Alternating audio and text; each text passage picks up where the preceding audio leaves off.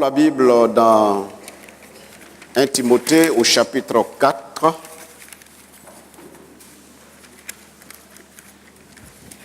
Et dans Romains chapitre 12, à partir du verset 1er.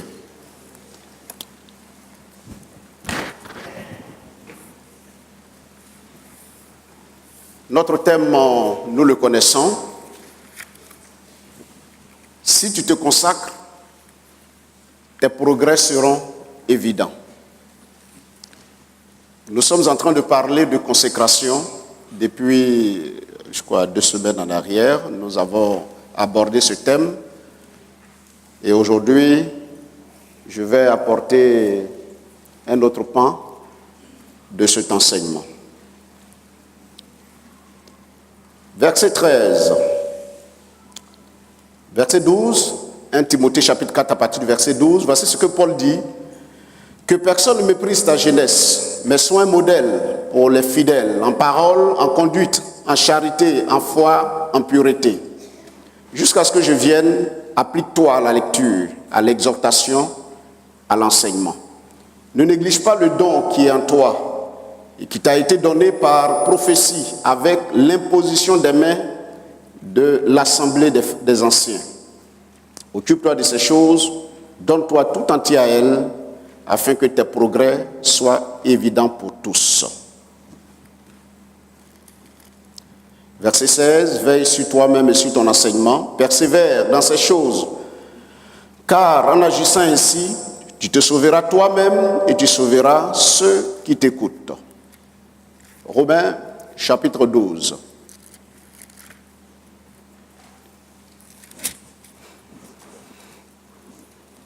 À partir du verset 1er, Paul dit, « Je vous exhorte, frères, par les compassions de Dieu, à offrir vos corps comme un sacrifice vivant, agréable à Dieu, saint, agréable à Dieu, ce qui serait de votre part un culte raisonnable.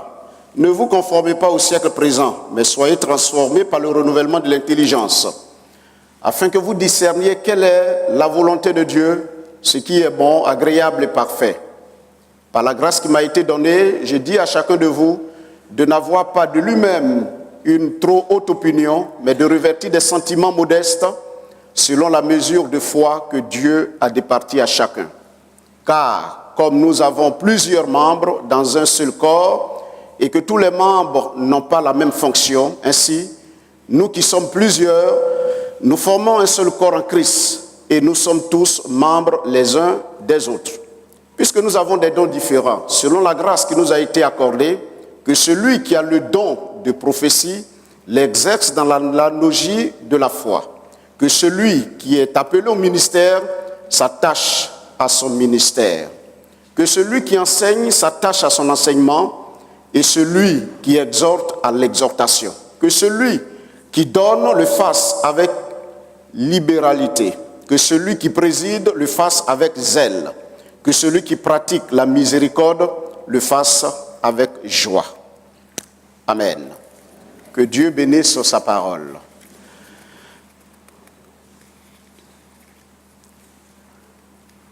Nous sommes en train de parler de consécration. Je voudrais juste résumer ce qui a été dit le dimanche dernier.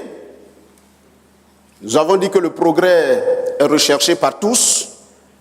Qu'on soit chrétien ou pas, nous cherchons tous le progrès. Et cela dans tous les domaines de la vie. Nous avons dit également que nous faisons beaucoup d'erreurs parce que nous pensons que notre position en Christ annule les efforts pour parvenir au progrès. Parce que quand nous sommes focalisés sur l'enseignement que Paul a adressé à Timothée, jeune serviteur de Dieu qu'il a envoyé à Éphèse, pour s'occuper de l'œuvre de Dieu, évidemment, Timothée avait tout ce que nous avons relevé, que je vais juste mentionner maintenant. Mais Paul va attirer son attention sur un élément important qu'est la consécration. Qu'est-ce que Timothée avait? Timothée était chrétien. Donc, position en Christ. Et l'erreur que nous commettons en tant que chrétiens, nous pensons que le fait d'être chrétien et d'avoir Dieu avec nous, nous ne devons plus faire des efforts. Et cela se développe davantage dans la mentalité des Noirs, et généralement dans la mentalité des Africains noirs et surtout des Ivoiriens que nous sommes. Parce que l'Ivoirien pense que puisque Dieu est là, Dieu est venu, il est puissant, et que nous sommes chrétiens, nous n'avons plus rien à faire. Non, frères et sœurs, la consécration est très importante, et ce n'est pas parce que nous sommes chrétiens que notre progrès se limite simplement comme des robots à ce que Dieu fait. Deuxième chose que nous avons relevée, c'est que Timothée avait été appelé par la volonté de Dieu à aller à Éphèse. Nous pouvons connaître la volonté de Dieu. Ce n'est pas parce que nous sommes dans la volonté de Dieu que nous n'allons pas nous consacrer. Nous n'allons pas connaître de succès. Timothée était dans la volonté de Dieu. Troisième élément que nous avons relevé, c'est que l'appel, évidemment, Timothée a été appelé en tant que délégué apostolique. Dieu peut nous appeler. Et pourtant, des années après, on ne voit pas de fruits. Pourquoi? Beaucoup de questions peuvent être posées.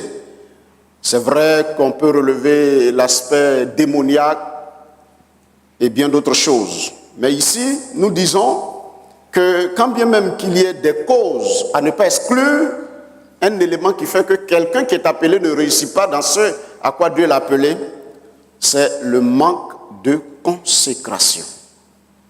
Dieu est avec nous, Dieu nous a appelés comme il a appelé Timothée, mais si nous ne sommes pas consacrés à ce à quoi Dieu nous a appelés, nous devons nous attendre à des échecs. Quatrième élément que nous avons relevé, c'est que le dépôt divin, Dieu peut faire un don à quelqu'un, Dieu peut déposer des choses en nous, et il l'a fait, et il le fait encore dans la vie de tous ceux qui l'appellent. Mais le dépôt n'annule pas la consécration.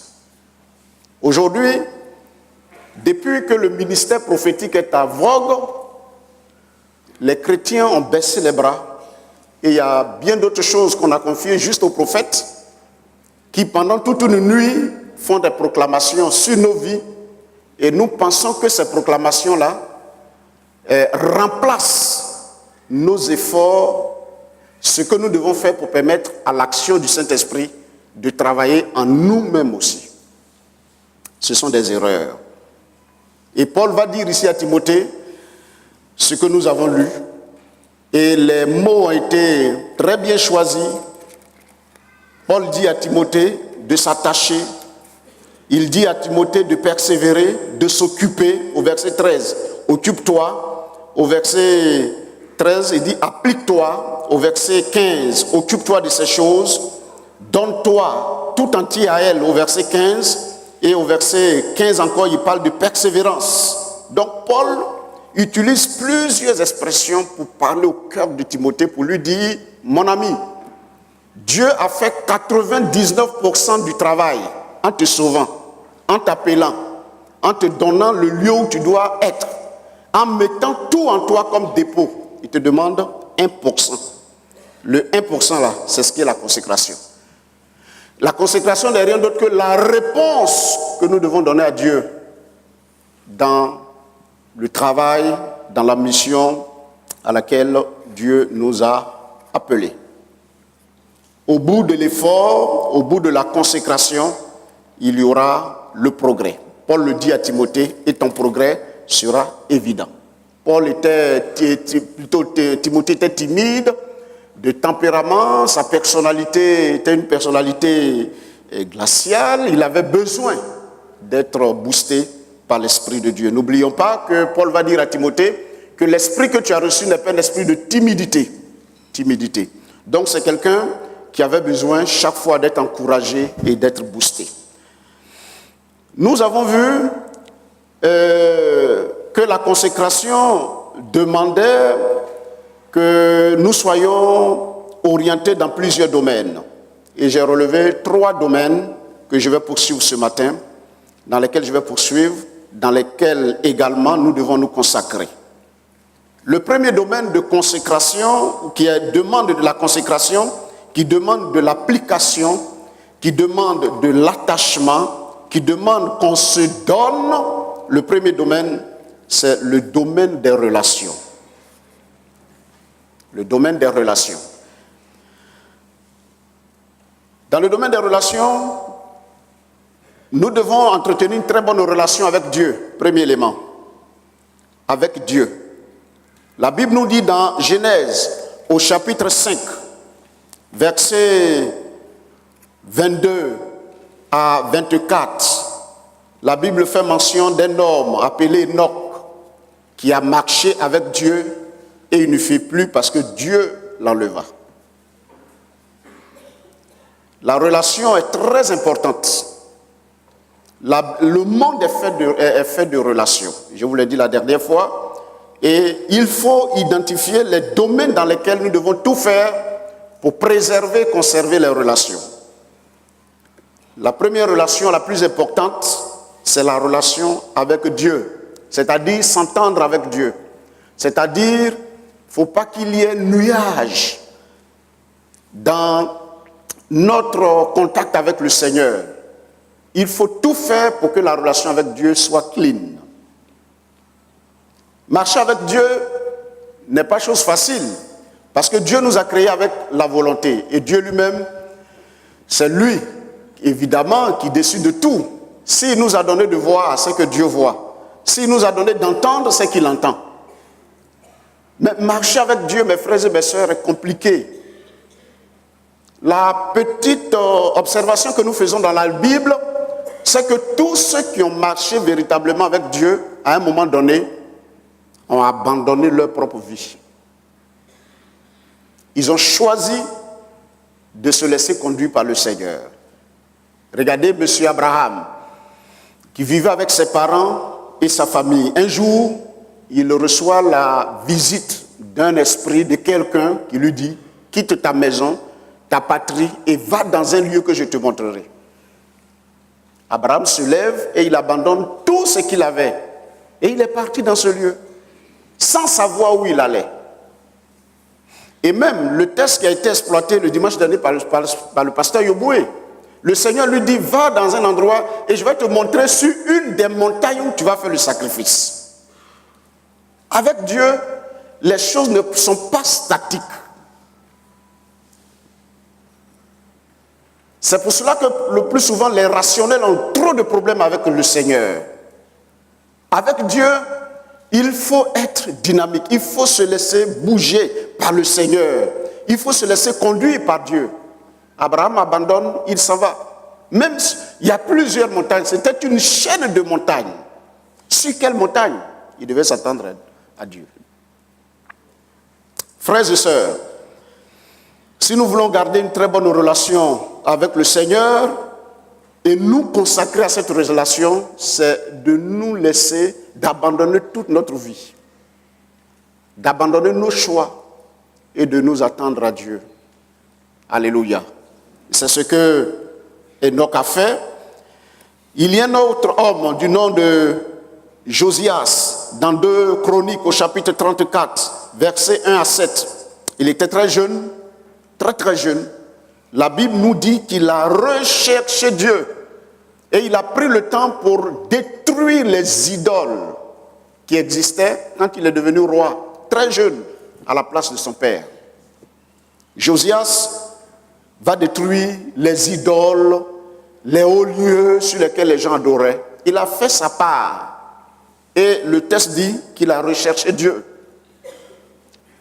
La consécration, c'est s'investir dans ce qui peut être un obstacle à l'entente de la voix de Dieu. Nous sommes là pour entendre la voix de Dieu. Nous sommes là pour être les bras, les mains et les pieds de Dieu. Pour y arriver, il faut s'investir.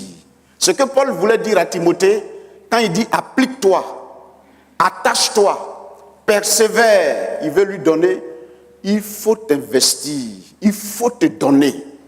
Marcher avec Dieu là, c'est se donner. Quand nous voyons un homme comme Abraham, quand nous voyons un homme comme Daniel, et nous voyons notre vie chrétienne aujourd'hui, c'est la nuit et le jour. Pourquoi?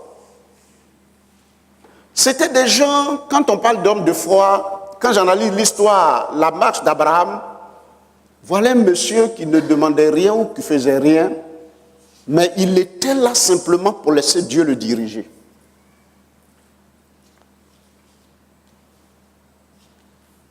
La vraie vie chrétienne, chers frères et sœurs, c'est laisser le Seigneur nous conduire. Et je bénis Dieu de ce que le pasteur ait parlé ce matin de la marche par l'Esprit, de laisser l'Esprit de Dieu travailler. Frères et sœurs, posons-nous la question, rentrons en nous-mêmes. Est-ce que vraiment, ce ne sont pas des choses que nous-mêmes, le plus souvent, nos prières, la plupart de nos prières, sont des choses que nous avons arrêtées, que nous déposons devant Dieu, que nous lui demandons coûte que coûte d'accomplir. Il y a une sœur qui me disait, pasteur, quand je me suis converti, l'encadrement que j'ai eu a faussé ma marche. Je lui ai demandé, mais pourquoi? Elle dit, l'encadrement que j'ai eu, on m'a dit, si je viens, voici ce que le Seigneur va faire pour moi. Mais mieux, j'aimais un homme dans le monde. Et cet homme-là, j'avais voulu coûte que coûte, quand même que je sois devenue chrétienne, je voulais l'avoir. Mon encadreur m'a dit, il faut prier, Dieu va le faire venir. Pasteur, j'ai fait 8 ans dans le jeûne et la prière pour que cet homme se convertisse. Il ne s'est jamais converti jusqu'à aujourd'hui. Les grandes difficultés de la marche chrétienne sont liées au fait que, chers frères et sœurs, on a une foule d'idées, de pensées, de rêves que nous voulons demander à Dieu d'entrer dans ce projet et de le réaliser. J'en fais partie. Mais quand vous regardez Abraham, quand vous suivez l'histoire d'Abraham, voici un monsieur, Dieu dit lève-toi, il s'en va dans tel endroit, il s'en va, il s'assoit. Il ne sait même pas quand Dieu va lui dire de partir, de faire autre chose, à l'image du peuple d'Israël dans le désert. Ils étaient conduits par ce qu'on appelle la Shekinah. La nuit, c'était une boule de feu. Et le jour, c'était un nuage. Et quand ils s'arrêtaient, Israël était obligé de s'arrêter. Il fait chaud, il pleut, il neige, vous devez être là. Combien de temps? C'est quand Dieu dit à la Shekinah de bouger, c'est en ce moment bien précis que Moïse dit, les gars, allez démonter les tentes, on bouge. Mais aujourd'hui, le constat que je fais, qui fait que l'Esprit de Dieu également a attristé dans nos vies, c'est que la plupart du temps, en tant que chrétiens, leaders, croyants, nous avons une foule d'idées et nous voulons voir le Seigneur les réaliser. Marcher avec Dieu, c'est décider de mettre un trait sur nos projets à nous. Mais regardez Jésus. Jésus, dans le jardin de Gethsémane, va dire, si c'est moi, je vais pas aller à la croix. Parce que boire la coupe, littéralement, boire la coupe là, c'est la souffrance. Si c'était moi, je ne vais pas le faire. Mais je ne veux pas que ma volonté se réalise. Il faut que toi, ta volonté se réalise. Marcher avec Dieu là, c'est fait comme Josias l'a fait. C'est de détruire les hauts lieux. C'est de purifier. C'est de se sanctifier. C'est de s'éloigner de tout ce qui n'est pas bon. Mais marcher avec Dieu, c'est de faire comme Jésus l'a fait. Quand on a le choix, un choix à faire, que ce soit le choix de Dieu qui se fasse dans nos vies. Alléluia. Gloire à Dieu.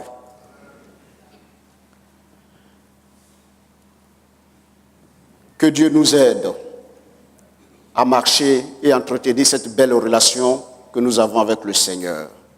Je suis convaincu, j'ai l'assurance, comme Paul le dira dans les écrits, j'ai l'assurance, je suis persuadé que celui qui veut faire la volonté de Dieu, celui qui veut mettre l'accent sur sa relation avec Dieu, il sera un homme différent.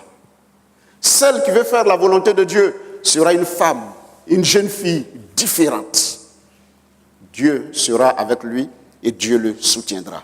Parce que Dieu veut que nous prenions au sérieux la relation que nous avons à qui nous a donné ou qui nous a apporté par la mort et la résurrection de son Fils, Jésus-Christ. Amen. Ce matin, investis-toi. Amen. Investis-toi. Et l'investissement dit quoi? Attends, dans cette situation dans laquelle je suis là, quel choix j'ai à opérer? Est-ce que c'est Dieu qui me conduit? Maintenant, est-ce qu'il n'y a pas des hauts lieux à détruire, à l'image de Josias? Des choses à abandonner, des choses à proscrire, des relations à détruire. Notre Dieu est un Dieu jaloux. En un mot, si nous voulons vraiment marcher avec le Seigneur, nous serons ennemis du monde. Amen. Deuxième élément, dans les relations, nous devons entretenir, nous investir dans les relations. J'ai parlé de l'amitié de Jonathan et de David, 1 Samuel, chapitre 18, versets 1 à 3. C'est un texte merveilleux, 1 Samuel, chapitre 18. Je vais lire ce texte. Il a dit ceci: David avait achevé de parler à Saül. Dès lors, l'âme de Jonathan fut attachée à l'âme de David, et Jonathan l'aima comme son âme. Ce même jour, Saül retint David et ne le laissa pas retourner dans la maison de son père. Jonathan fit alliance avec David parce qu'il l'aimait comme son âme. Attachement, l'amitié. Je vous ai expliqué le dimanche passé que nous devons mettre l'accent, nous devons nous investir dans les relations, dans l'amitié. Investissons-nous. Ce n'est pas du tout facile de vivre avec les gens, ce n'est pas du tout facile d'avoir des amis. Mais il faut s'investir, il faut surmonter les obstacles, il faut surmonter les difficultés. C'est ce que le Seigneur demande. Troisième élément, toujours dans les relations, nous devons nous investir dans le mariage. Dans le mariage. Alors, on peut se poser la question. Pourquoi est-ce que plusieurs mariages connaissent des difficultés? Les réponses sont diverses, les causes sont nombreuses. Il y a, premièrement, le fait que les individus n'ont pas été appelés à être mari et femme. Ça, c'est un fait. C'est-à-dire que si deux personnes n'ont pas été appelées à vivre ensemble, vous allez beau prier, ça ne va jamais marcher. Parce que le mariage va au-delà de ce que nous voyons. Pour qu'il y ait mariage, il faut qu'il y ait ce qu'on appelle des compatibilités. Il y en a plusieurs. Il y a la compatibilité spirituelle, il y a la compatibilité physique et il y a la compatibilité en termes de vision. C'est-à-dire que si tu veux marier quelqu'un, parce que c'est par rapport au métier que Dieu nous appelle, à notre avenir, qu'il nous associe un conjoint ou une conjointe. Donc s'il n'y a pas de compatibilité, eh bien, c'est sûr que les choses vont traîner, parce que vous n'avez pas la même vision. Vous pouvez vous marier, mais pendant que toi, tu es en train de venir à l'église, la personne dit non, excuse-moi, je veux aller prier chez Bouddha, ou bien je vais faire l'expérience de l'islam. Et pourtant, au début, c'était bien. Ça ne peut pas marcher. Ça, c'est une des raisons. C'est-à-dire que les deux n'ont pas été faits pour vivre ensemble. Parce qu'il n'y a pas eu de compatibilité, d'intercession. Mais un élément, il y en a plusieurs. L'élément sur lequel je mets l'accent aujourd'hui, c'est le fait que les gens ont été appelés, c'est-à-dire Dieu les a appelés à vivre ensemble. Ils ont eu toutes les révélations. Le Seigneur est avec eux, mais ce n'est pas suffisant si vous ne vous investissez pas dans la relation conjugale. C'est impossible. Le mariage ne s'arrête pas à la cérémonie de mariage, parce que c'est une cérémonie, comme hier nous l'avons fait pour nos bien-aimés qui sont là. Mais après, les relations humaines demandent du temps, de l'énergie, de la consécration, du don de soi. Si on n'est pas prêt à s'investir dans une relation amoureuse, ce n'est pas la peine de vous marier. Dieu peut nous appeler, Dieu peut nous révéler notre conjoint, Dieu peut nous révéler notre mari, notre épouse. Mais après que la cérémonie ait été faite, le reste de toute notre existence là, c'est d'apprendre à s'investir.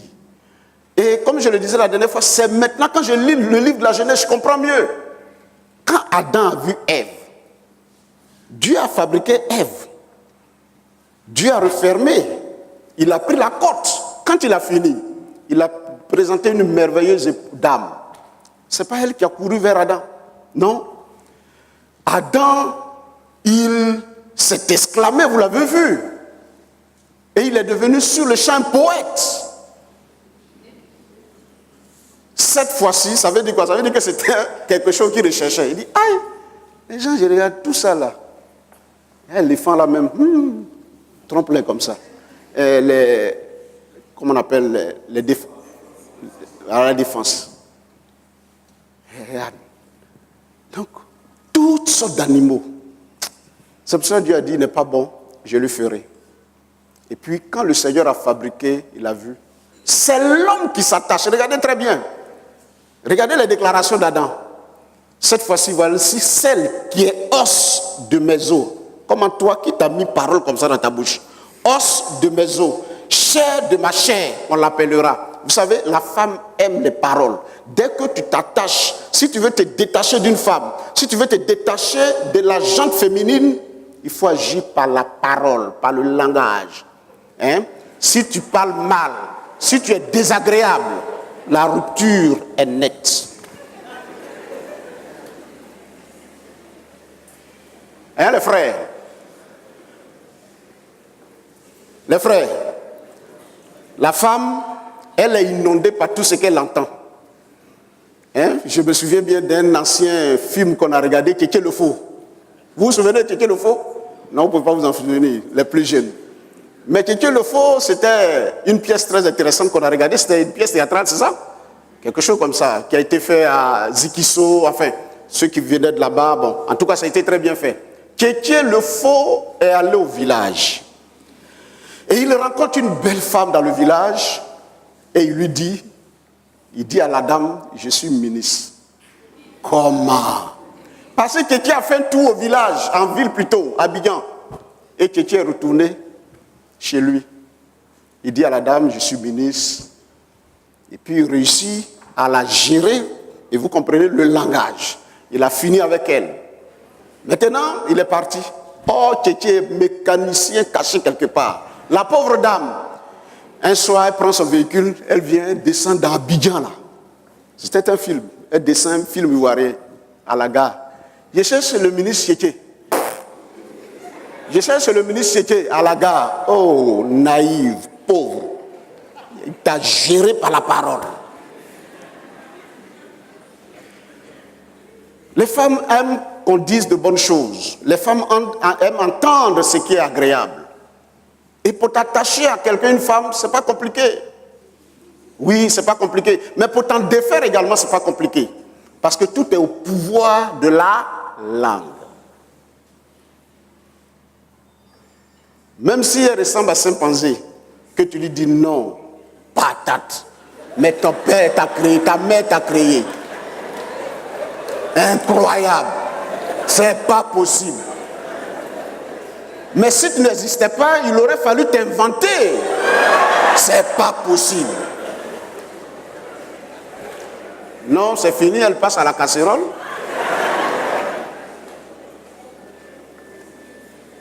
Je suis là simplement pour dire que, frères et sœurs, le mariage, et c'est pour cela que Dieu va conclure. Quand Adam a fait la déclaration, son cœur était attaché.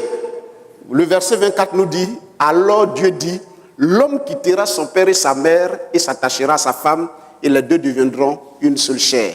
C'est quand il y a eu déclaration, attachement que Dieu valide. Mais qu'est-ce que Dieu dit? Il dit il faut t'attacher. Attacher, ça veut dire quoi? C'est un peu comme la femme est arrêtée, puis toi tu es corde.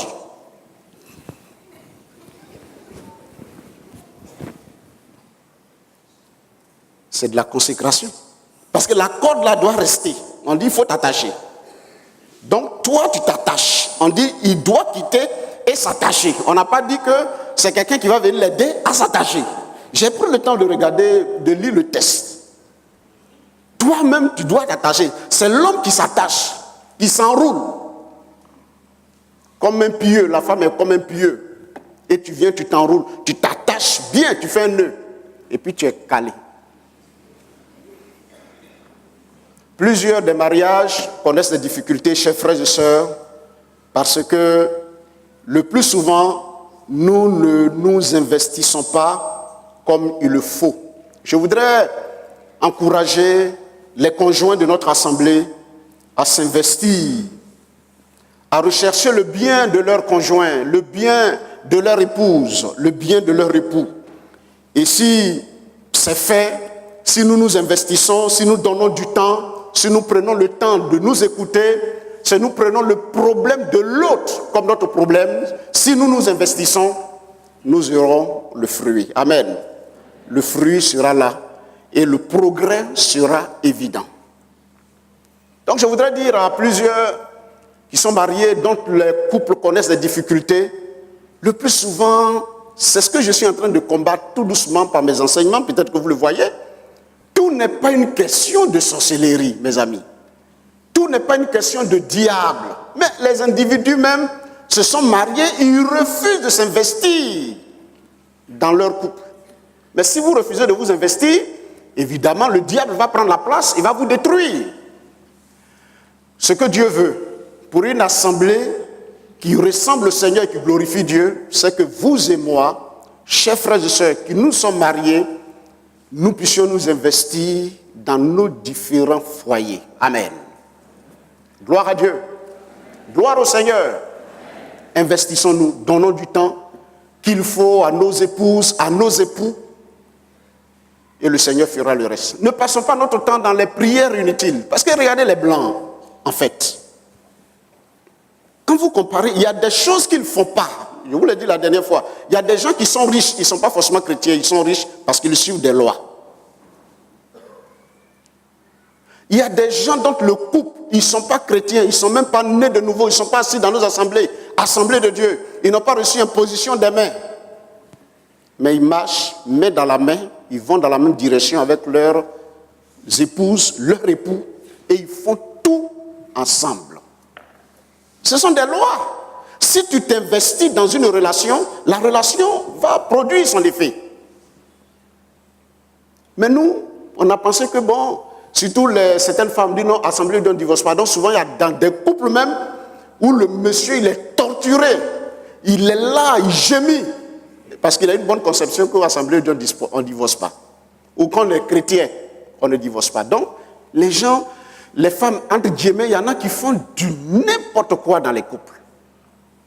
Investissez-vous, parce que votre époux est comme un jardin, votre épouse est comme un jardin, et si vous arrosez tous les jours, par de bonnes paroles, par de bonnes actions, c'est évident que les choses vont se dérouler comme il le faut. Alléluia. Que Dieu nous aide. À ce niveau, je voudrais, permettez peut-être rendre peut-être un petit témoignage à ce niveau. Mais avant le témoignage, j'ai une petite histoire à ce sujet pour nous aider à comprendre que dans le couple, il ne faut jamais laisser un des conjoints seul dans son problème. Je reprends. Quel que soit le problème dans lequel un des conjoints se trouve, il faut tout faire pour l'aider à résoudre le problème. Parce que si tu ne le fais pas, ça va te rattraper. Quel que soit le problème, il faut t'investir, il faut te donner, il faut t'attacher à lui pour résoudre le problème. Il y en a qui disent, ça c'est ta famille, ça c'est pas mon affaire. Ça c'est ton problème, c'est pas mon affaire. Mais écoutez cette petite histoire. Un jour, il y avait deux margouillas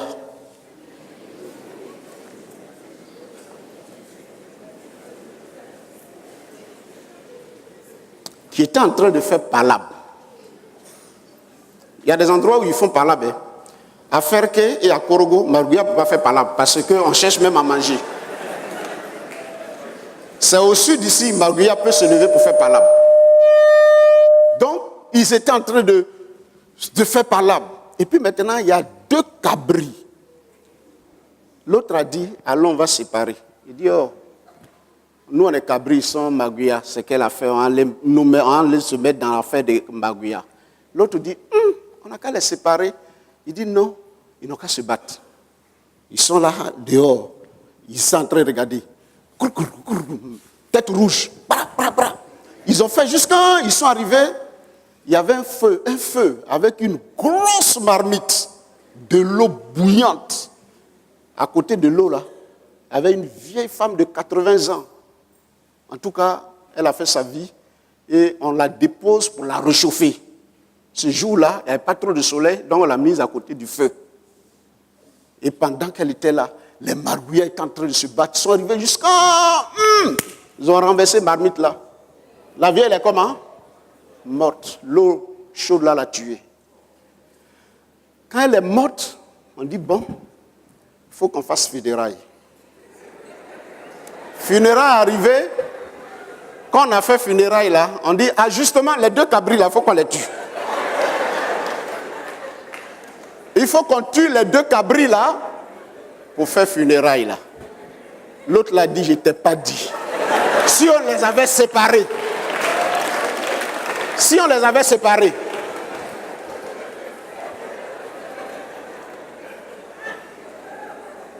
ça m'a enseigné. Ce qui se passe dans ton environnement là, il ne faut pas croire que tu exclus. Pour l'instant, tu penses l'être. Il faut laisser le temps venir. Tu vas voir que si tu n'agis pas, ça va te rattraper. Alors personnellement, bon, malheureusement, elle n'est pas là mon épouse, mais elle le sait. Depuis que j'ai compris, voici moi ma philosophie. Quand elle tousse, je fais comme, je ne me comporte pas comme les cabris là. Pourquoi je le fais? Parce que pour ceux qui sont mariés, ils le savent. Pour vous qui voulez vous marier, c'est une information que nous allons vous donner. L'ancien Kofi le sait. L'ancien Kwasi le sait. Le pasteur Kwame le sait. Le doyen Eni, le doyen Kwadio Dagobert et le doyen Miezan. Ce sont des gens qui sont calés dans le fait de mariage. Ils sont là, ils le savent. Qu'est-ce qu'ils savent que je vais vous dire? Écoutez-moi très bien. Et là, je m'adresse aux hommes. Je vais vous dire une chose. Quand une femme a un problème, si tu ne t'es pas levé avec elle pour résoudre ce problème-là, on va te prendre pour faire funérailles. Oui, je veux dire quoi? Je veux dire que la femme n'est pas comme un homme. L'homme est rationnel. Pour lui, quand il y a un problème, il a calculé. Mais la femme, les émotions et les sentiments bougent, et dans la maison et partout. Si tu ne te lèves pas avec ça, tu es mort. Alors moi, la philosophie que j'ai appris, c'est ça. Chaque jour, quand mon épouse n'est pas là, tous les jours, de toutes les façons, au moins 5-10 fois, on s'appelle. Quand il y a quelque chose, je sens dans sa voix. Et quand j'ai senti ça dans sa voix, je sais que si je n'ai pas géré, affaire de cabri là va me rattraper. Je donne juste un petit exemple. Parce que notre maman, je vais parler de sa maman, elle a Dembocro. Donc, souvent, quand c'est un peu dur, je sens dans sa voix. Je dis, mais qu'est-ce qu'il y a? Une fois, elle a dit, non, je n'ai pas encore envoyé, on n'a pas encore envoyé maman, l'argent à maman pour qu'elle mange et tout cela, donc ça me stresse un peu. Je dis, mais pourquoi toi tu es stressé pour ça? Reste tranquille, je gère. Il faut rester tranquille. Je me suis débrouillé, j'ai envoyé Orange Money. Je l'ai appelé, dit, bon chéri, j'ai envoyé Orange Money, ta soeur a réceptionné l'argent, elle a donné à la vieille. Il dit, merci beaucoup, je ne vais pas passer aux funérailles. C'est ça, s'investir. La femme, là, tout bouge autour d'elle. Elle est émotion. La femme, elle est émotion. Elle est un peu comme une boule, une énergie qui bouge dans tous les sens. Et si vous l'abandonnez, parce que l'homme, il vient, il prend le journal, il s'assoit, il regarde la télévision, il est sur ordinateur. Ça, là, c'est quand tu es célibataire, tu fais ça. Mais si tu es marié, si tu ne fais pas, il y a un temps, je vous le dis, hein, la femme tient jusqu'à un certain temps. À un bon moment là, quand elle pète les plombs, elle bouge de la maison. C'est ça qui est la vérité.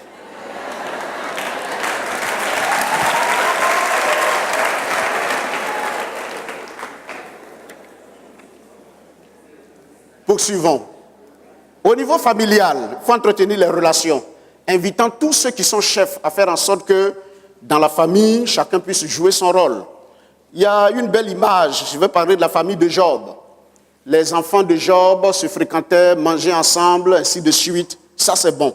Et dans une famille, il faut que chacun joue son rôle. Il faut que chacun contribue au bien-être de la famille. Les enfants, les neveux, les nièces, tous ceux qui sont dans une maison doivent contribuer au bien-être de la maison. Parce qu'il y a des gens qui viennent dans des maisons, ils pensent qu'ils sont venus pour s'asseoir pour aller à l'école. Ça ne marche pas. Est-ce que vous comprenez? Si vous êtes là, que vous êtes des tuteurs, c'est à vous que je m'adresse. Il y a des gens, ils sont là, non, moi, ils m'ont cherché un BPC. Ou bien, c'est ma tante, je m'en vais là-bas pour m'asseoir pour faire chose. Oui, tu es venu, mais tu es venu trouver une famille. Il faut t'intégrer. Il faut travailler de manière à ce que, eh bien, les choses marchent pour la famille. Donc, il faut te mettre dedans. Amen. Il faut t'investir. Tout ce que tu peux faire pour permettre à la famille de bien se porter, il faut le faire. Alléluia. À ce niveau, je voudrais encourager, inviter chacun à s'occuper de son père, à s'occuper de sa mère, à s'investir dans ses relations. Les parents sont vieux, souvent, par moments, pour certains plutôt, et il faut prendre de leurs nouvelles, il faut les entretenir, il faut les appeler, il faut prendre soin d'eux. N'écoutez pas cette histoire de « c'est mon père est sorcier, ma mère est sorcière ». Fais-toi ce que toi tu as à faire. Dieu a lui de te protéger, de te garder. S'il ne peut pas, c'est qu'il n'a qu'à démissionner de sa fonction de Dieu. C'est tout, qu'il démissionne.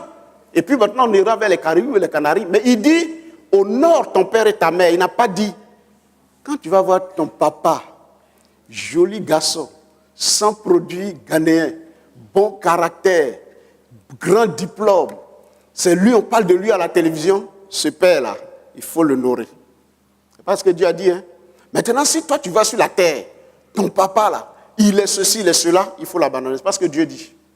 Dieu dit, honore ton père, honore ta mère, point barre. Donc chacun doit s'investir de manière à ce que les choses aillent pour le mieux. Amen. Donc que Dieu nous bénisse et que sa grâce se repose sur nous. Je voudrais terminer avec ce que j'ai abordé, plutôt ce que nous avons lu dans Romains chapitre 12, par rapport au ministère. Le deuxième élément, c'est s'investir dans les activités spirituelles. Nous avons parlé du fait de s'investir dans les relations avec Dieu, dans l'amitié, dans le mariage et dans la famille. Maintenant, pour terminer, touchons les activités spirituelles. Les activités spirituelles sont importantes.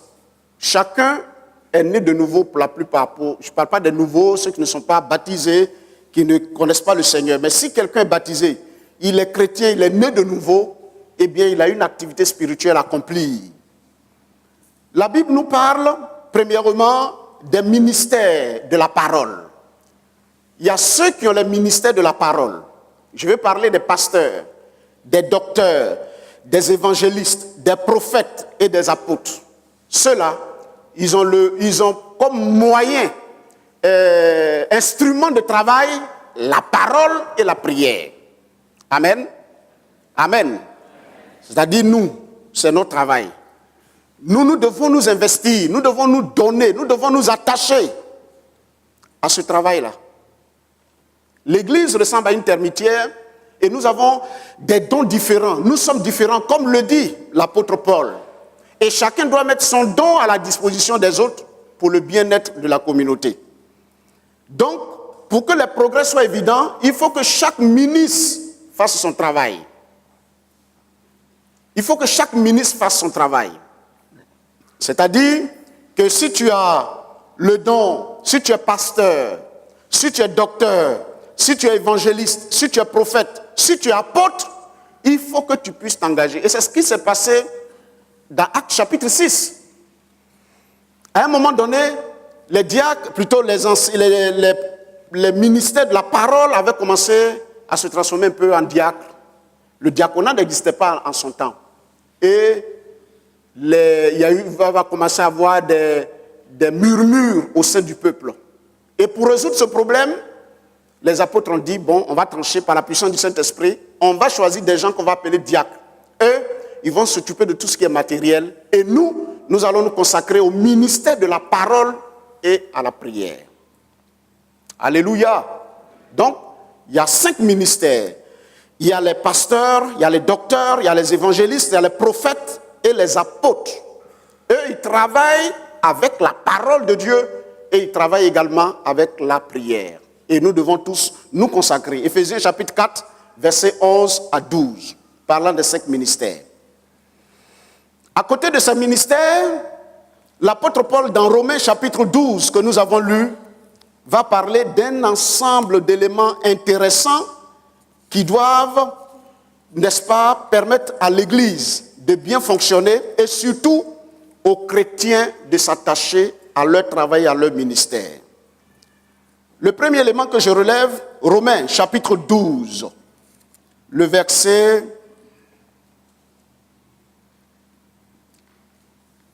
Romains chapitre 12, au verset 7. Il a dit ceci, puisque nous avons des dons différents, selon la grâce qui nous a été accordée, que celui qui a le don de prophétie l'exerce selon l'analogie de la foi. Que celui qui est appelé au ministère s'attache à son ministère. C'est ce que nous avons vu, les 5 ministères. Que celui qui enseigne s'attache à son enseignement. Que celui qui exhorte s'attache à l'exhortation. Et puis, au verset 8, il dit que celui qui donne le fasse avec libéralité. Que celui qui préside le fasse avec zèle. Que celui qui pratique la miséricorde le fasse avec joie. Je voudrais relever quelques éléments ici qui aident l'Église à croître, mais si nous les abandonnons, c'est-à-dire que si nous ne nous attachons pas à ces services, à ces ministères-là, nous allons voir que, et dans l'Église, et dans nos quartiers, dans nos cellules, eh bien, l'action de Dieu, la puissance de Dieu va, n'est-ce pas, diminuer. Premier élément, c'est le don de la libéralité. Le don de la libéralité. Ce don de la libéralité, eh bien, c'est un don qui permet à quelqu'un, dans une assemblée, dans un milieu donné, de donner librement, généreusement, pour pouvoir aux besoins des autres et également de l'assemblée. C'est un don. C'est un don et pour certains, je dirais, c'est un ministère. Gloire à Dieu. Regardez-moi s'il vous plaît. Quand on doit prêcher, si on doit évangéliser, on appelle qui? Je vous pose la question. Quand il faut évangéliser, on fait appel à qui? À un évangéliste. La semaine prochaine, nous allons avoir un enseignement important ici. On a fait appel à un docteur qui viendra. Pourquoi est-ce que dans d'autres domaines, celui qui a le ministère qui correspond aux besoins ne se lèverait-il pas? Ou bien, à qui on ne ferait-il pas appel? Pourquoi on ne ferait pas appel à quelqu'un de ce genre? Mais ici, je ne m'exprime pas dans le sens d'inviter quelqu'un forcément pour une mobilisation, mais je suis en train de parler du fait que dans l'Église, il y a des gens qui ont reçu de Dieu une capacité à donner librement et généreusement pour l'œuvre de Dieu. C'est un ministère. Et je voudrais vous dire, vous qui m'entendez et qui avez ce ministère, avec certains, on a eu à parler. Et parmi les membres du conseil, il y en a qui ont ce don. Je vais vous dire, mettez votre don et investissez-vous dans ce don. Utilisez ce don pour l'œuvre de Dieu, pour les frères. Dieu vous a appelé à la libéralité. C'est une capacité qu'il vous a donnée. À d'autres, il a donné le ministère de la parole. Les ministres de la parole ont fait notre travail. Le pasteur Kwame prêche, je prêche. Il y a des anciens qui prêchent. Mais dans l'Église, il y a des gens, des hommes et des femmes. Vous avez reçu le ministère, entre guillemets, de la libéralité. Si vous ne donnez pas, il y a quelque chose qui se passe en vous.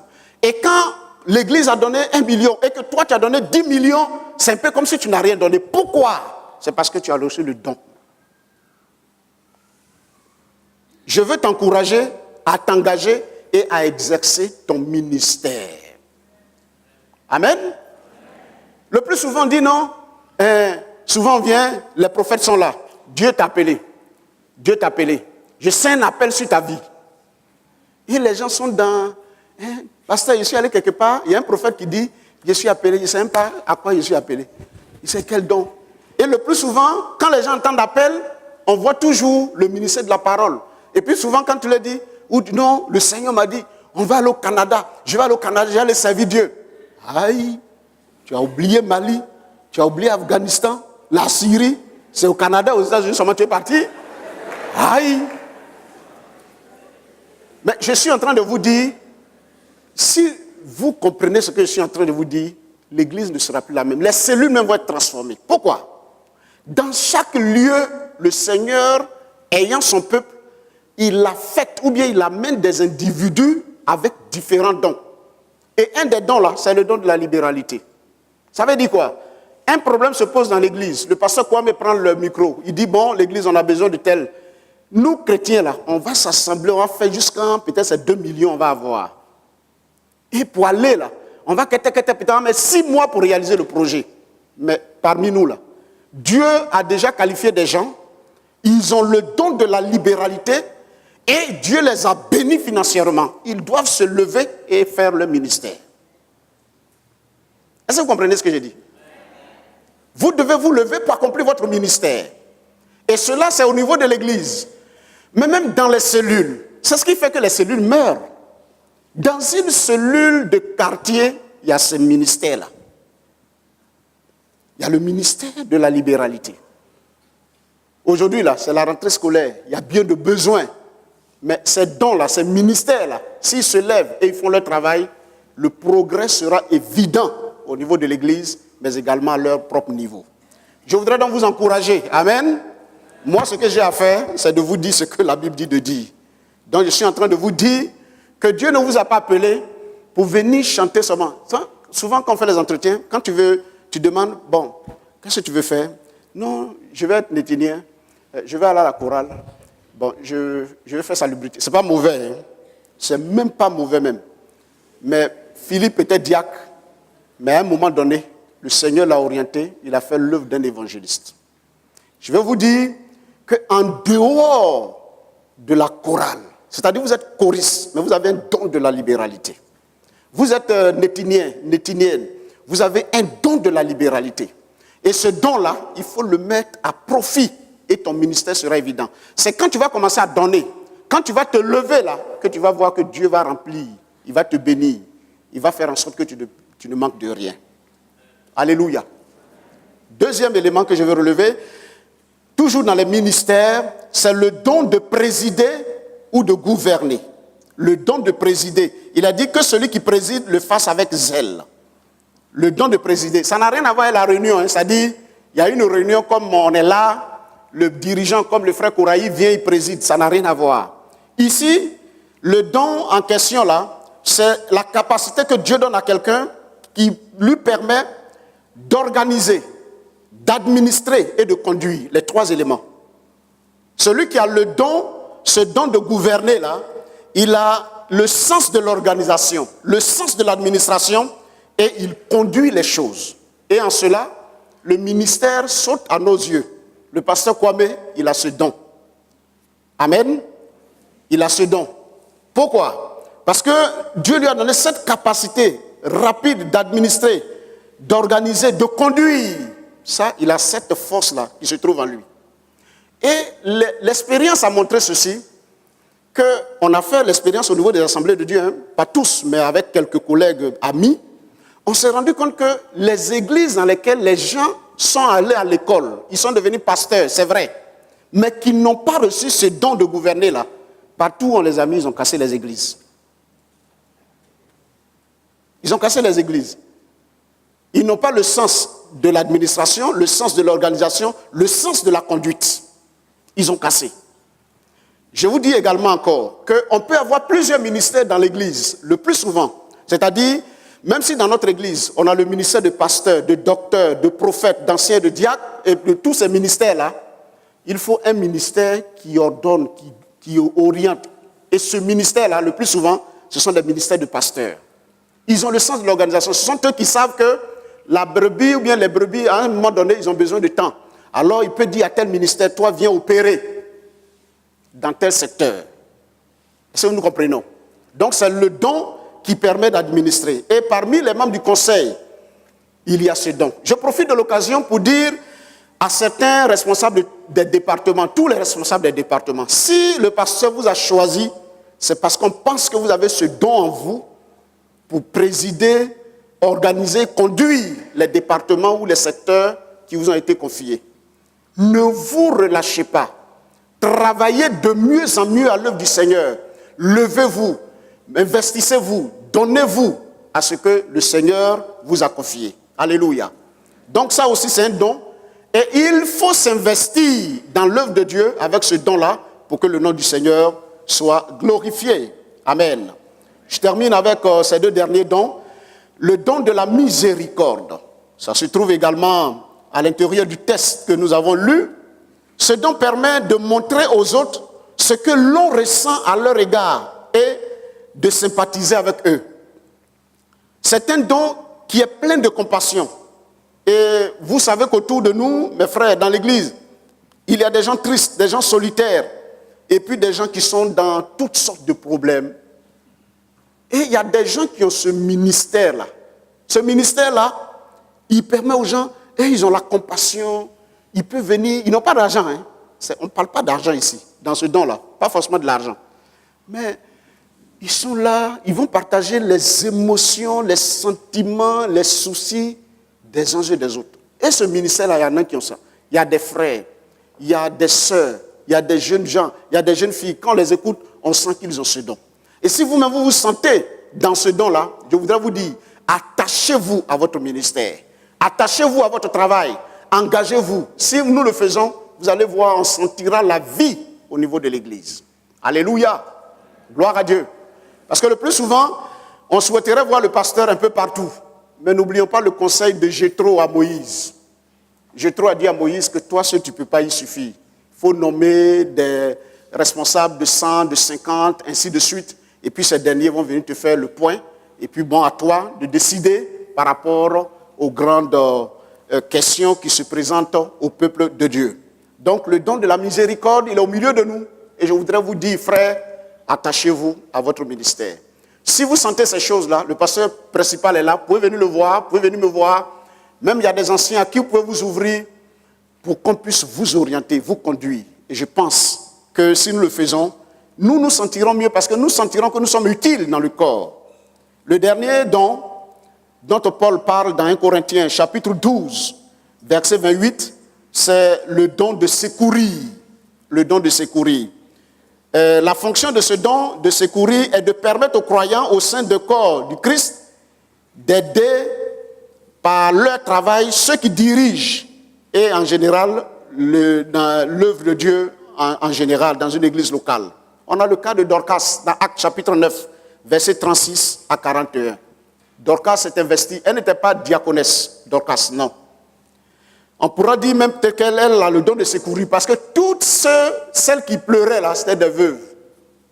Et Dorcas a apporté son appui, son assistance pour les aider. Alors, frères et sœurs, je termine en disant ceci, que dans le domaine des relations, dans le domaine des activités spirituelles, nous n'avons pas parlé d'activités professionnelles, vous le savez déjà, il y a une clé. La clé, c'est la consécration. La clé, c'est le don de soi, le don de son temps, de son énergie, de son argent. Si vous vous consacrez, le résultat sera évident. Ce n'est peut-être pas dans 1 an, dans 2 ans, mais avec le temps, Dieu vous donnera raison. Je voudrais donc dire que notre église ne doit pas être une église paresseuse. Notre église ne doit pas être une église qui doit s'asseoir et puis le Saint-Esprit agit sous prétexte que quand on a fini de prier, notre travail est terminé. Non, justement, le Saint-Esprit nous donne de l'énergie et de l'orientation. Ma prière, c'est que Dieu nous aide, comme des termites, à être à l'œuvre dans tous les secteurs de l'Église et autour de nous pour que le nom du Seigneur soit glorifié. Amen. Alors, le Seigneur attend de vous le progrès. Amen. Dans n'importe quel domaine, vous pouvez vous relever, vous pouvez être vainqueur. Tout simplement, faites votre part. Le part, là, c'est 1%. Les 99% ont été accomplis par le Seigneur. Si vous vous levez, vous verrez le résultat. Si tu t'investis dans ton épouse et tes enfants, tu verras le résultat. Si tu t'investis dans ton époux, tu verras le résultat. Si tu t'investis dans tes parents, tes pères spirituels, je n'en ai pas parlé, mais les pères spirituels, ceux qui t'ont amené au Seigneur, qui t'ont encadré, qui t'ont aidé, si tu t'investis dans ces relations, Dieu te bénira. Et dans l'église de Niangon Nord, investissez-vous, investissons-nous et que Dieu nous bénisse. Amen.